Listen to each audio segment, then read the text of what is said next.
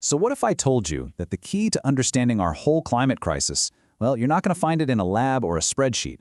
What if it's actually hidden in the story of a single fragrant spice from 400 years ago?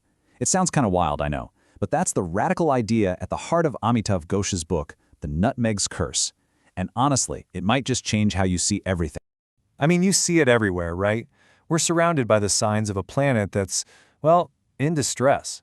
We've got these raging wildfires, devastating superstorms, oceans creeping higher and higher. It's easy to feel completely overwhelmed. And it forces you to ask a really big question. How on earth did we get here? What's the real cause of this crisis? And this is where it gets really interesting. Amitav Ghosh argues the answer starts with something you'd think has absolutely nothing to do with it. Something small, aromatic, a single spice. I know, it sounds impossible, right? But believe it or not, this tiny seed is the key to unlocking a hidden and pretty violent history that has shaped the world we live in today. Okay, so to really understand how a simple spice could have that much power, we first have to get a handle on the scale of the problem we're facing right now. Because, as you're about to see, this crisis isn't just about carbon in the atmosphere. It's about something deeper, a very particular and very dangerous way of seeing the world. And this is where the argument really goes deep. The writer Naomi Klein puts it perfectly. She says Ghosh forces you to realize you just can't separate ecology from history. You absolutely have to look at things like war, empire, and even genocide to get why our planet is in so much trouble. The two things are completely, totally intertwined. So if we want to understand our planet's future, we've got to take a trip into the past. And I'm not talking about just a few decades, back to the start of the fossil fuel age. Nope, we have to go much, much farther back, all the way to the 17th century. And what are we looking for on this journey?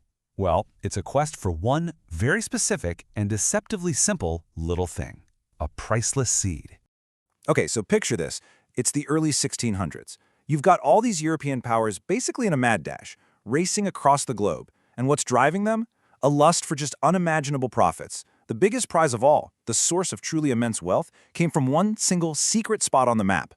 And forget about gold or silver, the real epicenter of global commerce was this tiny, tiny cluster of volcanic islands in what we now call Indonesia, the Banda Islands.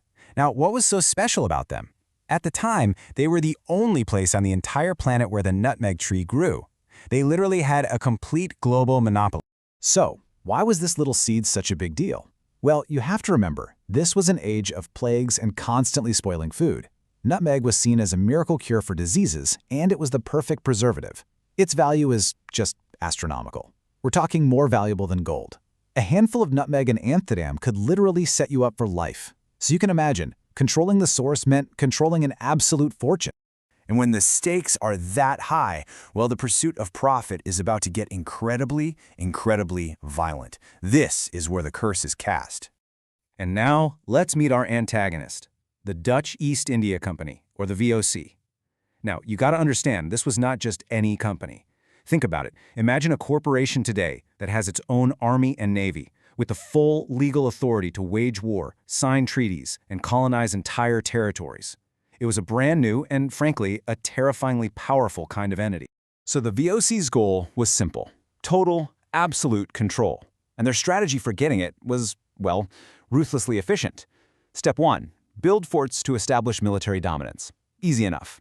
Step 2. Crush all your rivals, the English, the Portuguese, basically anyone who got in the way. But it's the next step that is just truly chilling. They realized that to control the product, they had to eliminate its people. Before the VOC showed up, the Banda Islands were home to this really vibrant, self-governing society. The population was estimated to be somewhere around 15,000 people.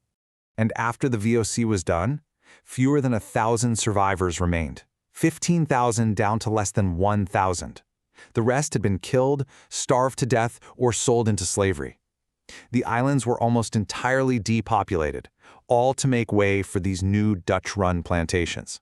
And those plantations, they were worked by an enslaved labor force brought in from other places. And this right here, this is the absolute core of Ghosh's entire argument. This horrific act was rooted in a new and incredibly dangerous idea: that the earth and everything on it, the plants, the animals, even other people, were not living, feeling beings. Nope, they were just inert resources, objects to be controlled, managed, and exploited by force. The world suddenly wasn't a living, breathing place anymore. It was just a warehouse full of stuff to be taken.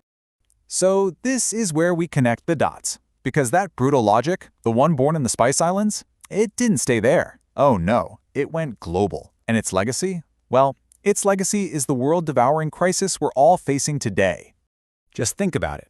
The mindset of the Nutmeg's curse is the mindset of our planetary crisis. It's the same logic. The idea that nature is silent and inert, that the Earth is just a pile of resources for the taking, and that any people who happen to stand in the way are simply obstacles to be removed.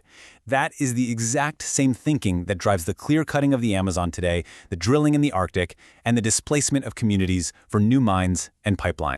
So you see, the curse in the title, it's not some kind of supernatural spell. It's a curse on our perspective.